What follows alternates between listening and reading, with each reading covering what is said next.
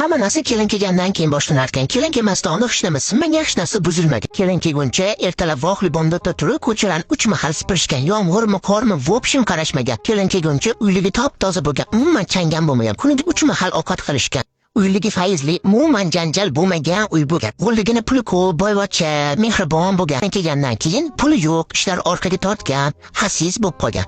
Videoni shortgacha ko'rgan bo'lsangiz, bitta like'ingizni bosib qo'ying. Endi bu yo'lga qaynonalarning eng mashhur gaplarini aytib o'tib ketaman. Men sizga shunda o'g'lim berib qo'yimman, kimlar qizini bermasdi?